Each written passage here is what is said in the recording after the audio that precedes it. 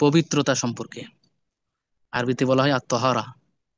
তো এই বিষয়টা অত্যন্ত গুরুত্বপূর্ণ, পবিত্রতা অর্জন করা। কারণ আমরা জানি আমাদের ইসলামের মধ্যে সবচেয়ে গুরুত্বপূর্ণ আরকান, সবচেয়ে গুরুত্বপূর্ণ ইবাদত হলো নামাজ, সালাত আদায় করা।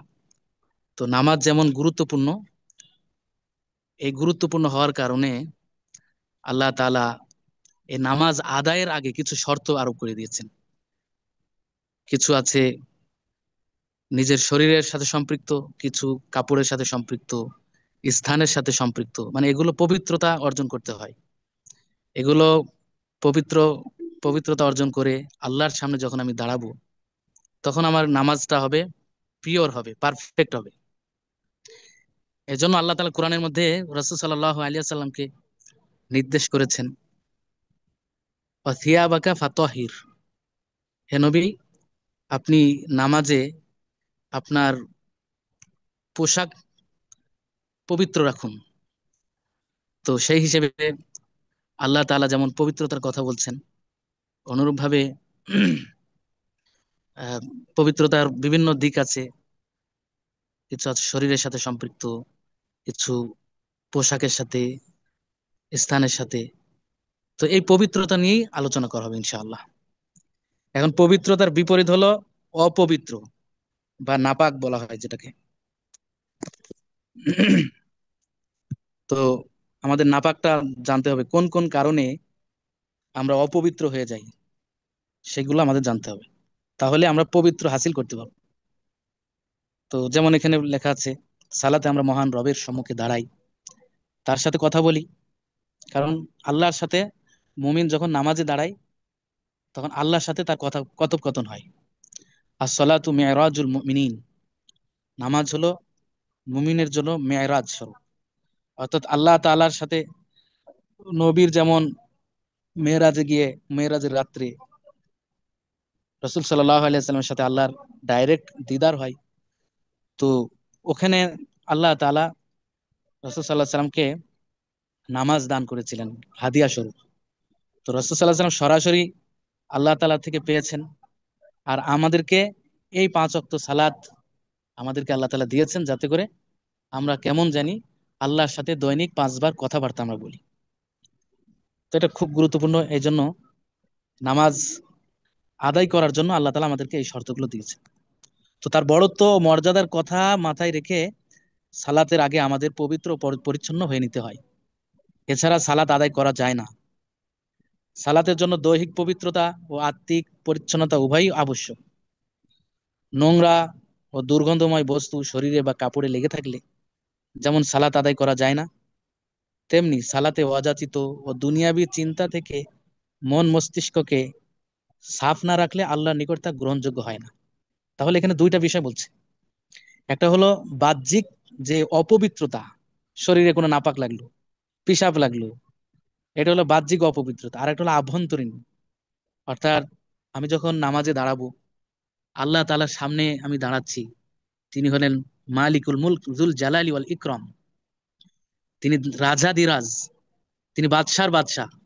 তো তার সামনে দাঁড়াইলে কোন নিয়মে দাঁড়াইতে হবে, মনের অবস্থা কেমন থাকতে হবে, হ্যাঁ।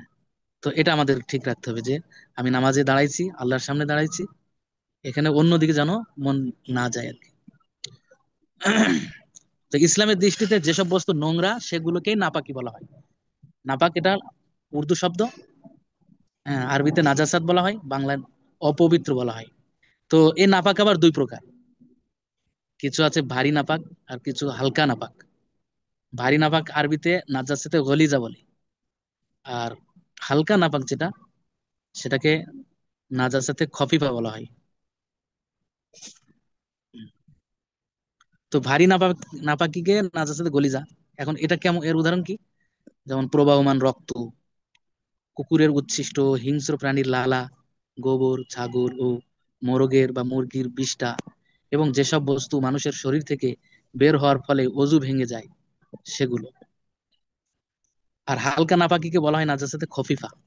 তা হালকা নাপাক যেমন ঘোড়ার প্রস্রাব, তারপর যেসব প্রাণীর গোশত খাওয়া যায় তার পেশাব, যেমন গরু ছাগল, এর গোশত খাওয়া যায়, এর পেশাবটা হলো নাজাসাতে খফিফা।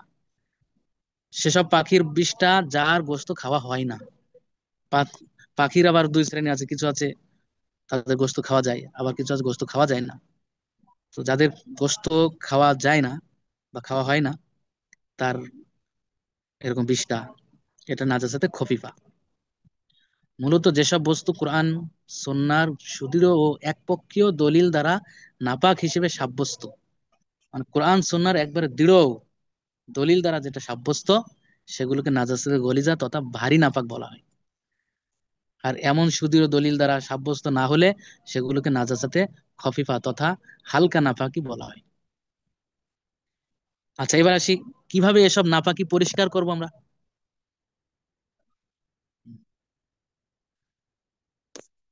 যেসব নাপাকি শুকিয়ে যাওয়ার পরেও স্বভাবত দৃশ্যমান থাকে, দেখা যায়, যেমন গোবর, রক্ত, বীর্য প্রভৃতি, সেগুলোর মূল অবয়ব দূর করতে হবে। মানে এক কথায় মূল, এর যে জিসিম বা শরীর বিশিষ্ট নাপাক যেটা দেখা যায়, মানে কঠিন পদার্থ, তো এইগুলোকে, তার যে মূল অবয়ব, এটাকে দূর করতে হবে। দূর দূর করার তরিকা পানি দিয়ে হতে পারে, পানি দিয়ে ধুয়ে হোক, কিংবা অন্য কোনো ভাবে। নাপাকি কাপড়ে, গায়ে বা যেখানেই লাগুক, সব ক্ষেত্রে একই বিধান। ভালো করে পরিষ্কার করার পরেও যদি সামান্য দাগ বা গন্ধ থেকে যায়, সুন্দর করে পরিষ্কার করা হয়েছে, এরপরও গন্ধ থেকে গেছে বা একটু নাপাকের চিহ্ন দেখা যাচ্ছে, বলছে তাতে কোনো সমস্যা নাই। আর যেসব নাপাকি শুকিয়ে যাওয়ার পরে স্বভাবত দৃশ্যমান হয় না, যেমন আছে প্রস্রাব, এগুলো, এটা শুকিয়ে গেলে আর দেখা যায় না, শুষিয়ে নাই, তো সেগুলোকে কাপড়ে বা বিছানায় লেগে গেলে সেই স্থানটি পানি দিয়ে 3 বার ধুতে হবে। আর গায়ে লাগলে একবার ভালোভাবে ধুয়ে নিলেই যথেষ্ট। যদি গায়ে লাগে, তাহলে একবার ভালোভাবে ধুয়ে নিলে নাপাক থেকে পবিত্র হওয়া যাবে। তবে পাক ও নাপাক কাপড় একসাথে বালতিতে ভেজানো হলে পাক কাপড়গুলো নাপাক হয়ে যাবে এবং সেগুলোকে নাপাক কাপড়ের মতো করেই ধুতে হবে। কাপড়ে আছে, এই বালতিতে আছে নাপাক কাপড় আগে থেকে, সেখানে আমি আবার যদি পাক কাপড় ওই নাপাকের সাথে লাগাই দিই, একই বালতিতে নাপাক কাপড়ের সাথে যদি পাক থাকে, তাহলে ওই পাক কাপড়টাও নাপাক হয়ে যায়। শরীর থেকে নাপাকি দূর করার পর সালাত আদায়ের জন্য অজু গোসলের প্রয়োজন হয়। কারণ নাপাকটা আমি তো দূর করলাম, কিন্তু সালাত আদায় করার জন্য আর একটা পবিত্রতা অর্জন করতে হয়, সেটা হলো অজু করার মাধ্যমে, অজু এবং গোসলের মাধ্যমে। হ্যাঁ, দুটার কারণ আছে, সামনে আলোচনা হবে ইনশাল্লাহ। অজু গোসলের প্রয়োজন যখন হয় তখন অজু করতে হবে, আর গোসলের প্রয়োজন গোসল করতে হবে।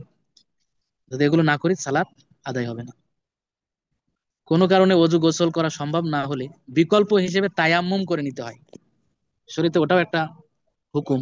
কোনো ব্যক্তি এমন জায়গায় গেছে যেখানে কোনো পানি নেই, চতুর্দিকে 1 মাইল করে কোনো দিকে পানি নেই, এরকম একটা অবস্থা, অথবা পানি আছে কিন্তু সে ব্যবহার করতে অক্ষম, অথবা অসুস্থতা, যদি পানি ব্যবহার করা হয় তাহলে অসুস্থতা বেড়ে যাবে, তাই এক্ষেত্রে তাকে তায়াম্মুম করতে হবে। পবিত্র কোরআনের সূরা মাইদার 6 নম্বর আয়াতে আল্লাহ তাআলা অজু গোসল ও তায়াম্মুম সম্পর্কে আলোচনা করেছেন। এখন এগুলো সম্পর্কে আমরা বিস্তারিত আলোচনা করব। প্রথমে অজু। দেহের অঙ্গ প্রত্যঙ্গ ধোয়ার মাধ্যমে পবিত্রতা অর্জনের একটি পন্থা হলো অজু। এতে 4টি কাজ আবশ্যকীয় ভাবে করতে হয়। অজু করার ক্ষেত্রে আমরা সবাই করি। যেমন 1 নম্বর হলো পুরা চেহারা ভালোভাবে ধোয়া। চেহারার সীমানা হলো কপালের শেষ ভাগ থেকে থুতনি এবং এক কান থেকে অপর কান পর্যন্ত। অর্থাৎ আমাদের যে চেহারার একটা দায়রা, চেহারার যে একটা গন্ডি আছে, এই গন্ডি অর্থাৎ মাথার চুল থেকে নিয়ে, চুলের গোড়া থেকে নিয়ে থুতুর নিচ পর্যন্ত, আর এক কানের লতি থেকে অপর কানের লতি পর্যন্ত, এটাকে ধোয়া। 2 নম্বর হলো উভয় হাত কনুই সহ ভালোভাবে ধোয়া। খুব ভালোভাবে সুন্দরভাবে ধুতে হবে, ঘষে মেজে, যাতে কোনো অঙ্গ শুকানো না থাকে। 3 নম্বর মাথা অন্তত 4 ভাগের 1 ভাগ মাসেহ করা। তবে পুরা মাথা একবারই মাসেহ করাই সুন্নাত। পুরা মাথা, পুরা মাথার যে চুল আছে সবগুলো একসাথে একবার মাসে করা সুন্নাত, কিন্তু 4 ভাগের 1 ভাগ, মানে কমপক্ষে 4 ভাগের 1 ভাগ করতেই হবে, এটা হলো ফরজ। মাসা মাসা কাকে বলে? মাসা অর্থ হলো ভেজা হাত দিয়ে মুছে দেওয়া। আমাদের মাথা আছে, এই মাথাটাকে ভেজা হাত দ্বারা কি করা? মুছে দেওয়া। 4, উভয় পা টাকনু সহ ভালোভাবে ধোয়া। এই 4টি কাজ ফরজ, এগুলোর কোনো একটি বাদ পড়লে অজু শুদ্ধ হবে না। এমনকি এসব অঙ্গের সামান্য অংশ যদি শুকনো থেকে যায় তাহলে অজু শুদ্ধ হবে না। অজুতে কিছু সুন্নাত ও মুস্তাহাব আছে। যেমন আমি যেটা বললাম, এটা হলো ফরজ। এটা আল্লাহ তাআলা কোরআনের মধ্যে বলছেন, ইদা কুমতুম ইলা সলাতি ফাগসিলু ওয়ুজুহাকুম ওয়া আইদিয়াকুম ইলাল মারাফিক ওয়ামসাহু বিরুউসিকুম ওয়া আরজুলাকুম ইলাল কাবাইন। অর্থাৎ পুরা চেহারা ধৌত করা, 2 হাতের কনুই সহ ধোয়া, মাথা মাসে করা 4 ভাগের 1 ভাগ, আর 2 পায়ের টাকনু সহ ভালোভাবে ধোয়া। এটা হলো ফরজ। তো এর সাথে সুন্নত আছে, মুস্তাহাব আছে। তো সুন্নাত কেন করতে হয়? সুন্নাত আদায় করলে ফরজটা পরিপূর্ণ হয়। সুন্নাত অতিরিক্ত কিছু এক্সট্রা কাজ আছে যেগুলো এই 4টা জিনিসকে আরো সুন্দরভাবে আহ, করার নিয়ম বাতলে দিয়েছেন রাসূল সাল্লাল্লাহু আলাইহি সাল্লাম। এজন্য এটাকে সুন্নাত বলা হয়। সুন্নাত পন্থা হলো, প্রথমে মানে ওযু করার সুন্নাত তরিকা, প্রথমে বিসমিল্লাহ পড়া। আমি যখন ওযু শুরু করব, বিসমিল্লাহ পড়া প্রথমে। এরপর 2 হাত কবজি সহ 3 বার ধোয়া, 3 বার কুলি করা। কুলি করার সময় সম্ভব গড়গড়া করা, অর্থাৎ যদি সম্ভব হয় গড়গড়া করা। 3 বার নাকে পানি দেওয়া, তারপর পুরো চেহারা 3 বার ধৌত করা। উভয় হাত কনুই সহ 3 বার ভালো করে ধৌত করা। পুরা মাথা 1 বার মাসেহ করা। অনেকে 3 বার মাথা মাসে করেন এবং এটাকে সুন্নাত মনে করেন। হ্যাঁ, এটা একটা অনেকে যারা ভুলবশত বা যেভাবে হোক অন্য শরীরের অন্যান্য অঙ্গকে 3 বার মাসে করা যেহেতু সুন্নাত, এর উপর তারা অনুমান করে বলে মাথাও 3 বার মাসে করা। তা আসলে এটা হলো সুন্নাতের খেলাফ। সুন্নাত হলো পরিপূর্ণ মাথাটা পরিপূর্ণভাবে মাসা করা, অর্থাৎ সম্পূর্ণ মাথা মাসা করা। এটা হলো সুন্নাত। কিন্তু 3 বার মাথা মাসা করা এটা সুন্নাতের খেলাফ, এটা ভুল। তারপর কান মাসা করা। আমরা যখন মাথা মাসা করি তখন আমাদের যে আছে বৃদ্ধাঙ্গুল আছে, বৃদ্ধাঙ্গুল দ্বারা কানের উল্টা পাশ, অর্থাৎ উল্টা পাশ যেটা আছে উপরের ভাগ যেটা, এটাকে ঘোরানো। তারপর 2 শাহাদত আঙ্গুল দ্বারা কানের যে প্যাচ আছে, প্যাচ এইগুলোকে ঘোরানো, যতটা প্যাচ আছে শাহাদত আঙ্গুল দ্বারা ঘোরানো। আর 2 কনিষ্ঠ আঙ্গুল আছে, এটা কানের যে ছিদ্র, ওই ছিদ্রের মধ্যে 1 বার হাত দেওয়া, কারণ ওই আঙ্গুলগুলো দেওয়া আর কি। এর দ্বারা কানের মাসা হয়ে যাবে আর কি। এরপর গর্দান মাসা করা মুস্তাহাব। গর্দান যে ঘাড়টা আছে, এই ঘাড়টা মাসা করতে হয়। আমাদের যে হাত আছে, এই হাতের উল্টা দিক উপরি ভাগ দিয়ে, পিঠ দিয়ে এটাকে মাসা করতে হয়। এটা মুস্তাহাব।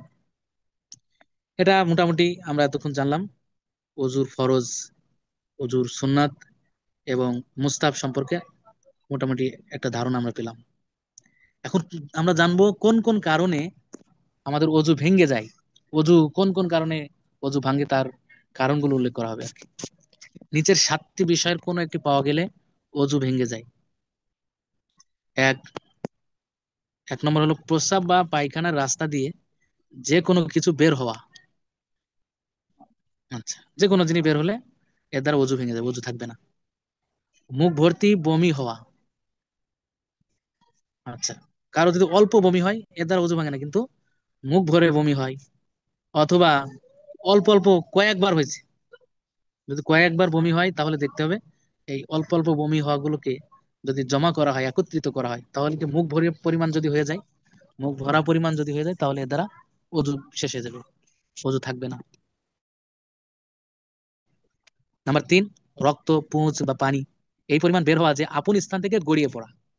শরীরে থেকে রক্ত পড়ছে, রক্ত বের হয়েছে, বের হওয়ার পরে যদি গড়িয়ে পড়ে তাহলে এর দ্বারা অজু ভাঙবে। আর যদি গড়িয়ে না পড়ে, অল্প একটু বের হয়ে তার জায়গায় আছে, উপরেই হালকা আছে, যদি এরকম হয় তার দ্বারা অজু ভাঙবে না।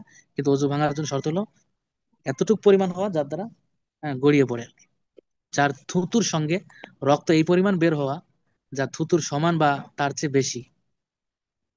অথবা অনেক সময় আমাদের দাঁত দিয়ে রক্ত বের হয়, যেভাবে হোক যদি রক্ত বের হয়ে থাকে, তাহলে দেখতে হবে থুতুর যে রং হলো সাদা, এখন এই রক্ত আর থুতু মিশ্রিত হয়ে দেখতে হবে দুটোর পরিমাণ সমান কিনা। যদি দুটার পরিমাণ সমান হয় তাহলেও অজু ভাঙবে, বা রক্তের ভাগ বেশি হলে অজু ভেঙে যাবে। পাঁচ, চিত বা কাত হয়ে হেলান দিয়ে ঘুমিয়ে পড়া। অনেক সময় এমনি হেলান দিয়ে থাকে, হেলান দিয়ে অবস্থায় ঘুম এসে গেছে, তো ঘুম এসে গেলে এই ঘুমের দ্বারা কি হয়ে যাবে, তার অজু ভেঙে যাবে। 6 নম্বর, পাগল মাতাল বা অচেতন হয়ে পড়া। কেউ যদি পাগল হয়ে যায়, অচেতন হয়ে যায়, এর দ্বারা তার অজু থাকবে না। 7 নম্বর, সালাতে উচ্চ স্বরে হাসি দেওয়া।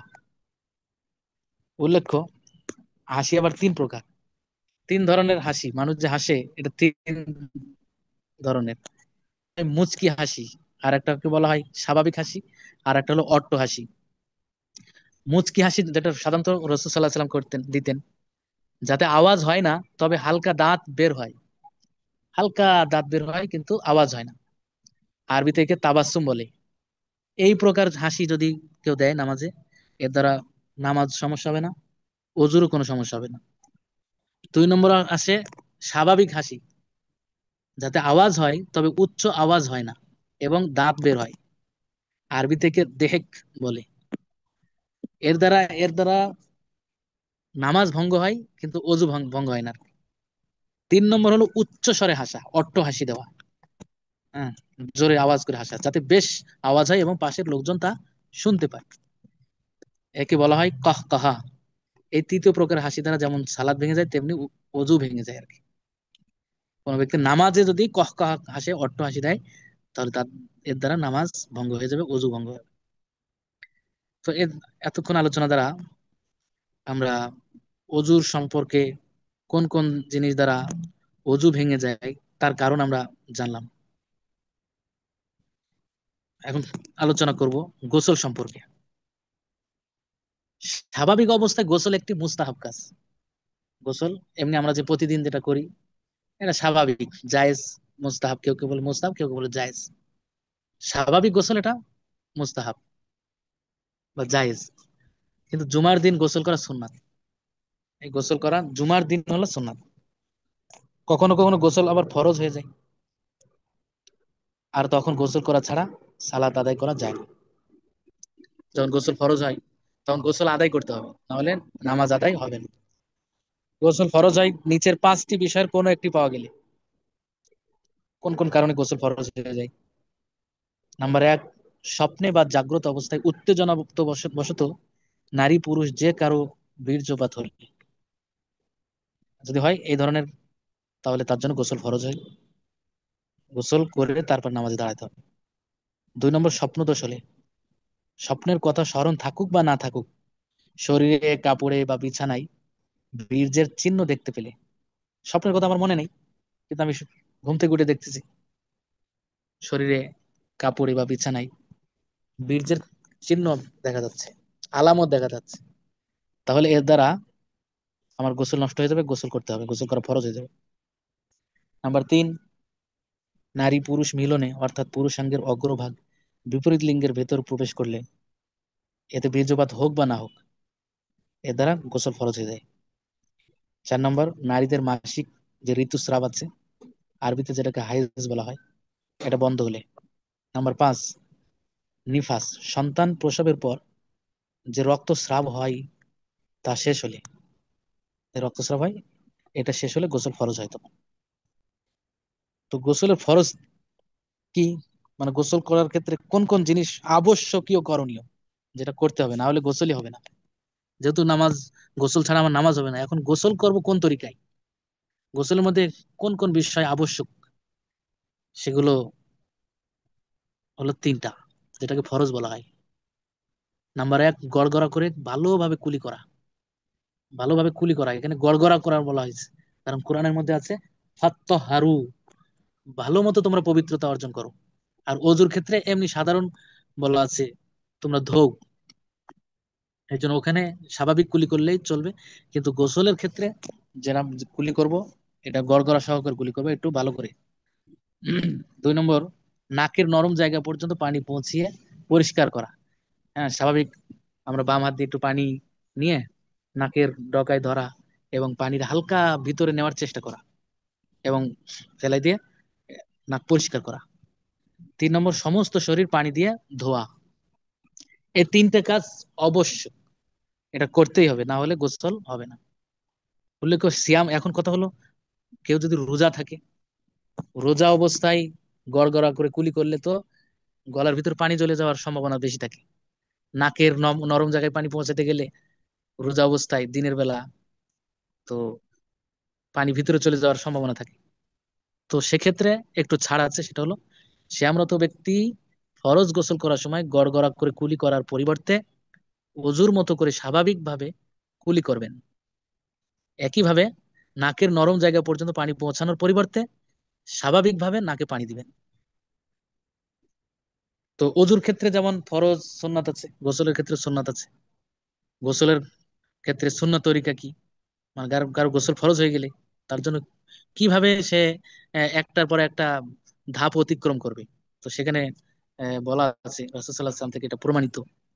তো প্রথমে নিয়ত করা যে আমি পবিত্রতা অর্জন করার জন্য গোসল করছি। এরপর 2 হাত কবজি পর্যন্ত ধোয়া, 2 হাত ভালো করে কবজি পর্যন্ত ধুয়ে নিতে হবে। প্রস্রাব পায়খানার রাস্তা পরিষ্কার করা, পেশাব করে নেওয়া যদি কোনো ময়লা থেকে থাকে। এরপর শরীর কোনো স্থানে নাপাকি থাকলে তা ধোয়া ধোয়া। অজু করা তথা ভালোভাবে কুলি করা, অর্থাৎ গোসল করার আগে অজু করে নিতে হয়। ভালোভাবে কুলি করা, নাকে পানি দেওয়া, এরপর সারা শরীর পানি দিয়ে ধৌত করা। পানি জমে থাকে এমন স্থানে গোসল করলে গোসলের পর সেই স্থান থেকে সরে গিয়ে পা ধোয়া। মানে যেখানে পানি জমে থাকে, আমি গোসল করলে পায়ের নিচে পানি জমে থাকে, তো সেক্ষেত্রে বলছে গোসলের পর যেহেতু যেখানে পানি জমছে ওই পানি জমা পানি আমার পায়ে লাগতেছে, এর দ্বারা আমার পা নাপাক হচ্ছে। এই জন্য গোসলের পর অন্য স্থানে গিয়ে পাকে আবার আলাদাভাবে ধুয়ে ফেলা। অজু গোসলের অঙ্গে যদি এমন কোনো বস্তু লেগে থাকে যা পানি পৌঁছার ক্ষেত্রে প্রতিবন্ধক, যেমন নেল পালিশ, আটা, খামিরা, রং, আলকাতরা প্রভৃতি, মানে যেগুলো গোসলের পানি বা অজুর পানি পৌঁছাইতে প্রতিবন্ধক হয়। নেল পালিশ যেমন আটা, খামিরা, খামিরা আটা থাকে, এগুলো থাকলে ভিতরে পানি যায় না। রং, যার আবরণ আছে, আলকাতরা ইত্যাদি, তাহলে তা আগে উঠিয়ে ফেলতে হবে। যদি তা না উঠানো হয় তাহলে ওর তলার যে চামড়া, এই চামড়া পর্যন্ত পানি পৌঁছবে না, আর না হলে অজু গোসল শুদ্ধ হবে না। কোনো ব্যক্তি উলঙ্গ অবস্থায় অজু গোসল করলেও তা শুদ্ধ হয়ে যাবে, যদিও এটা অনুচিত, কিন্তু তারপরও অনেকে মনে করে যে উলঙ্গ অবস্থায় অজু গোসল করলে তার গোসল হবে না। তো এটা না, তবে অনুচিত, কিন্তু কেউ করলে হয়ে যাবে আর কি। অজুর পর সতর খুলে গেলে অজু ভঙ্গ হয় না। অনুরূপ নারীরা বাচ্চাকে দুধ পান করালে তাতে তাদের অজু ভঙ্গ হয় না। অনেকে মনে করে যে বাচ্চাকে দুধ পান করালে অজু ভেঙে যায়। আসলে এটা ঠিক না, বাচ্চাকে দুধ পান করালে অজু ভাঙবে না। এখন যেটা আলোচনা করা হবে সেটা হলো তায়াম্মুম। অর্থাৎ অনেক সময় অজু গোসল করার জন্য যে পানি, এই পানি যদি না পাওয়া যায়, অনেক সময় এরকম থাকে, পানি যদি না থাকে কোনো দিকে, চতুর্দিকে 1 মাইল করে যদি পানি না পাওয়া যায়, তো এক্ষেত্রে শরীয়তের বিধান হলো তায়াম্মুম করা। এখন কোন কোন পরিস্থিতিতে তায়াম্মুম করা যাবে? পানির অনুপস্থিতি, 1 নম্বর হলো পানির অনুপস্থিতি, অর্থাৎ যদি পানি থেকে দূরে কোথাও অবস্থান করে, এমন জায়গায় গেছে যেখানে কোনো পানি নেই। 2 নম্বর, পানি থাকা সত্ত্বেও তা ব্যবহার করতে অপারগ হলে, পানি আছে কিন্তু যে কোনো কারণে অপারগ, যেমন সামনে বাঘ আছে বা হিংস্র জানোয়ার আছে, যদি এরকম যাই তাহলে খেয়ে ফেলবে, তো এইগুলোর কারণে তায়াম্মুম করতে পারবে। 3 নম্বর, পানি ব্যবহার করার ফলে উল্লেখযোগ্য ক্ষতি হওয়ার আশঙ্কা থাকে। যদি পানি ব্যবহার করা হয় তাহলে জ্বর বেড়ে যাবে, অসুস্থতা বেড়ে যাবে, বা শরীরে এমন রোগ যেখানে ডাক্তাররা দিনদার ডাক্তার বলছে পানি ব্যবহার করা যাবে না, সেক্ষেত্রে পানি ব্যবহার না করে পানির বিকল্প তায়াম্মুম করার অনুমতি শরীয়তে আছে। এখন তায়াম্মুমের পদ্ধতি কি? তায়াম্মুমের পদ্ধতি হলো পাক পবিত্র মাটি অথবা মাটি জাতীয় পদার্থের, যেমন বালু, ইট, পাথর ইত্যাদি, এর উপর একবার উভয় হাত রাখতে হবে। মাটি বা মাটি জাতীয় এই জিনিসের উপর একবার উভয় হাত রাখতে হবে। এরপর ধুলোবালির পরিমাণ কমাতে উভয় হাত হালকা ফুঁ দিয়ে নিবে। যদি ধুলাবালি বেশি থাকে তাহলে দুই হাত ফুঁ দিয়ে নিবে যাতে করে কমে যায় এই ধুলাটা। তারপর দুই হাত দিয়ে চেহারা মাসাজ করতে হবে, চেহারাকে মর্দন করতে হবে। তারপর আবার মাটিতে দুই হাত রাখবে, মানে দ্বিতীয়বার জরবাতুন লিল ওয়াজহি ও জরবাতুন লিল ইয়াদাইনি, আরবিতে বলো হাদিস আছে। একবার মারবে পুরা চেহারা মাসা করার জন্য, ও জরবাতুন লিল ইয়াদাইন, আর আরেকবার মারবে দুই হাত কনুই সহ মাসাহ করার জন্য। যথারীতি ধুলাবালির পরিমাণ কমাচ্ছে। এরপর বাম হাত মানে তরিকা দেখাচ্ছে। এরপর বাম হাত দ্বারা ডান হাতের উপরের ও নিচের অংশ কনুই পর্যন্ত মাসাহ করতে হবে। হুম। তারপর একই নিয়মে ডান হাত দিয়ে বাম হাত মাসাহ করতে হবে। তার বাম হাত মাসাহ করতে হলে ডান হাত লাগবে, আবার ডান হাতকে ব্যবহার করতে গেলে বাম হাত লাগবে। মোট কথা বালু বা মাটিতে হাত রেখে তা দিয়ে চেহারা ও উভয় হাত কনুই সহ মাসে করে নিতে হবে। তায়াম্মুম বাতিল হয় কারণে যেসব কারণে আমি যে তায়াম্মুম করলাম, এই তায়াম্মুমটা বাতিল হয়। এক নম্বর হলো পানির ব্যবস্থা হয়ে গেলে, যে কারণে তায়াম্মুম করলাম এই পানির যদি ব্যবস্থা হয়ে যায় তাহলে তায়াম্মুম বাতিল হয়ে যাবে। দুই নম্বর অজু ভঙ্গকারী কোনো কিছু সংগঠিত হলে, যেমন বায়ু বের হওয়া। তিন নম্বর গোসল ফরজ হয় এমন বিষয় সংগঠিত হলে, যেমন স্বপ্নদোষ। নাম্বার চার, যে ওজোরের কারণে তায়াম্মুম করার সুযোগ প্রদান করা হয়েছে সেই ওজো যদি চলে যায়, সেই ওজো যদি না থাকে, মানে যে ওজোরের কারণে তায়াম্মুম বৈধ হয়েছে এটা যদি না থাকে তাহলে সেক্ষেত্রে তার তায়াম্মুম ভেঙে যাবে আর কি। এখন আলোচনা হবে নারীদের পবিত্রতা সংক্রান্ত মাসাইল। মহিলাদের কিছু কিছু আছে, হ্যাঁ, তারা এগুলোকে অনেক সময় অসতর্ক অবস্থায় থাকে, যার কারণে ঠিক মতো পবিত্রতা অর্জন করতে পারে না। তো এক নম্বর হলো অজু গোসল করার সময় নারীদের নাক ফুলের ছিদ্রে পানি পৌঁছানো জরুরি। নাক ফুল আছে, এই নাক ফুলে ছিদ্রে পানি পৌঁছানো জরুরি গোসলের সময়। তবে এর জন্য নাক ফুল খোলার প্রয়োজন নেই। অবশ্য যদি নাক ফুলটা এতটাই আটসাট হয় যে খুলে ফেলা ছাড়া ওই স্থানে পানি পৌঁছানো যায় না, তাহলে খুলতে হবে। দেখতে হবে খোলা যায় কিনা, যদি খোলা যায় তাহলে খুলবে। হুম।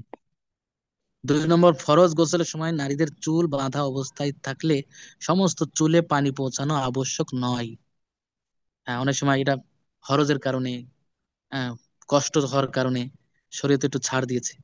কোনো মহিলার যদি চুল বাঁধা থাকে এমন অবস্থা ফরজ গোসলে পানি পৌঁছানোর জন্য চুল খোলা জরুরি না। চুলের তলায় অর্থাৎ গোড়া পর্যন্ত পানি পৌঁছে গেলেই যথেষ্ট। কেবল চুলের গোড়ায় পানি পৌঁছালে যথেষ্ট। আর যদি চুল খোলা অবস্থায় থাকে তাহলে সব চুল ধোয়া আবশ্যক। তিন, ফরজ গোসলের সময় নারীদের লজ্জাস্থানের বহির্ভাগে পানি পৌঁছালে ফরজ আদায় হয়ে যায়। আচ্ছা, এর অভ্যন্তরে পানি পৌঁছানো জরুরি না। আর রোজা অবস্থায় অভ্যন্তরে পানি যেন না পৌঁছে সে ব্যাপারে সতর্ক থাকতে হবে, কেননা ভেতরে পানি যাওয়ার দ্বারা রোজা ভেঙে যায়, এটা খেয়াল রাখতে হবে। নারীরা শিশুকে দুধ পান করানোর দ্বারা তাদের ওযু ভঙ্গ হবে না। তবে সালাত অবস্থায় কোনো শিশু দুধ পান করলে আমলে কাসির হওয়ার কারণে নামাজ ভেঙে যাবে। বাচ্চা যদি দুধ পান করতে আসে তাহলে এক্ষেত্রে আমলে কাসির মানে অধিক কাজ নামাজের মধ্যে, হ্যাঁ, বেশি কাজ করে ফেললে, যেটাকে আমলে কাসির বলা হয়, 3 তসবিহ পরিমাণ এমন কাজ করলো যেটা 3 তসবিহ পরিমাণ মনে হচ্ছে যে এটা দুনিয়াবি কাজ, এরকম যদি নামাজের মধ্যে করে তাহলে তার দ্বারা নামাজ ভেঙে যায়। এই জন্য নামাজ অবস্থায় দুধ পান করলে নামাজ ভেঙে যাবে। দুগ্ধপায়ী ছোট্ট বাচ্চা মুখ ভরে বমি করলে তা বড় মানুষের বমির মতোই নাপাক। সাপোজ বাচ্চা ছোট, সে মুখ ভরে বমি করে, আহ, যদি গায়ে ইয়ে করে লাগাই দেয় তাহলে এর দ্বারা নাপাক হয়ে যাবে এবং ওই কাপড় ধৌত করা জরুরি। মুখ ভরে বমি না করলে তার নাপাক হবে না। নাম্বার 6, গর্ভাবস্থায় সন্তান প্রসবের তারিখ নিকটবর্তী হলে শেষের দিনগুলোতে মাঝে মধ্যে ঘুমের মধ্যে পানি বের হয়ে নারীদের শরীর ও কাপড় নষ্ট হয়ে যায়। অনেক সময়, হ্যাঁ, ইয়ের বাচ্চা প্রসবের কাছাকাছি হলে অনেক সময় মহিলাদের শরীরে, আহ, অনেক সময় ওই ইয়েগুলো আসে, নাপাক আসে, কাপড় নষ্ট হয়ে যায়। এতে তার উপর গোসল ফরজ হবে না, তবে অজু ভেঙে যাবে। এবং নির্গত পানি থেকে শরীর ও কাপড় পবিত্র করে সালাত পড়তে হবে, আদায় করতে হবে, কেননা সেগুলো নাপাক। নাম্বার 7, যেসব নারী ঋতু রোগে আক্রান্ত, ঋতু রোগে আক্রান্ত, তাদের কেউ যদি ওজু নষ্ট হওয়ার ভয়ে ধাতু আসার রাস্তায় টিস্যু বা তুলা এমন ভাবে রাখে যাতে ধাতু বাইরে আসতে না পারে, তাহলে এমন অবস্থায় ইবাদত সম্পন্ন করতে কোনো অসুবিধা নেই, বরং এটিই রোগীর জন্য উত্তম পন্থা। এটা ক্লিয়ার করে বলি যে অনেক সময় এইগুলো আসে, নাপাক গুলো আসে, তো ওই সময় টিস্যু বা অন্য কোনো জিনিস যেটাকে আরবিতে কুরসু বলা হয়, তো এগুলো দিয়ে এটাকে আটকে রাখবে। তো আটকে রেখে যদি দেখতে হবে যদি বাইরে না আসে তাহলে তার নামাজ সহি। কিন্তু টিস্যু যদি কি হয়ে যায়, ওটা ভিজে বাইরে চলে আসে, তাহলে তার উজু ভেঙে যাবে। তার উজু যেহেতু ভেঙে গেল, উজু করে আবার নতুন করে নামাজ পড়তে হবে। তো এই বিষয়গুলো আমাদের জানা খুবই জরুরি। অনেক সময় অপবিত্র সম্পর্কে কোন কোন কারণে অপবিত্র হয়ে যেতে হয়, এগুলো না জানার কারণে আমরা অপবিত্র জানি না, এবং পাক হওয়ার তরিকাও জানি না, যার কারণে আমাদের সমস্যা দেখা দেয়। আমরা, আল্লাহ তাআলা কোরআনে আমাদেরকে পবিত্র অবস্থায় নামাজ আদায় করতে বললেন, কিন্তু অনেক সময় আমরা অপবিত্র থেকে নামাজ আদায় করে ফেলি। এজন্য এই বিষয়গুলো খুব জানা, মানে জানা খুব জরুরি। এজন্য এখানে যে আলোচনা করা হলো, এর বিষয়গুলো আমরা পয়েন্ট পয়েন্ট গুলো আমরা মুখস্থ করে নেবো ইনশাআল্লাহ। তো এই আলোচনা আজকের মতো এখানে শেষ করছি। তবে শেষ করার আগে আপনাদের কারো যদি প্রশ্ন থেকে থাকে তো আমাদের কমেন্টে জানাতে পারেন, ইনশাআল্লাহ উত্তর দিয়ে আজকের আলোচনা শেষ করা হবে ইনশাআল্লাহ।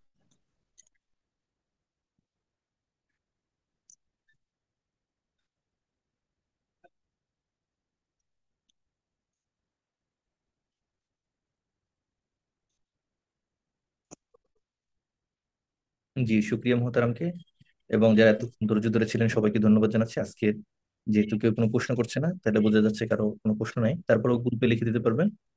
তো আমাদের ক্লাস এখানেই আমরা শেষ করছি। সুবহানাল্লাহ বিহামদিহি, সুবহানাল্লাহ বিহামদিহি, আশহাদু আল্লা ইলাহা ইল্লাল্লাহ, আস্তাগফিরুকা ওয়া আতুবু ইলাইহ।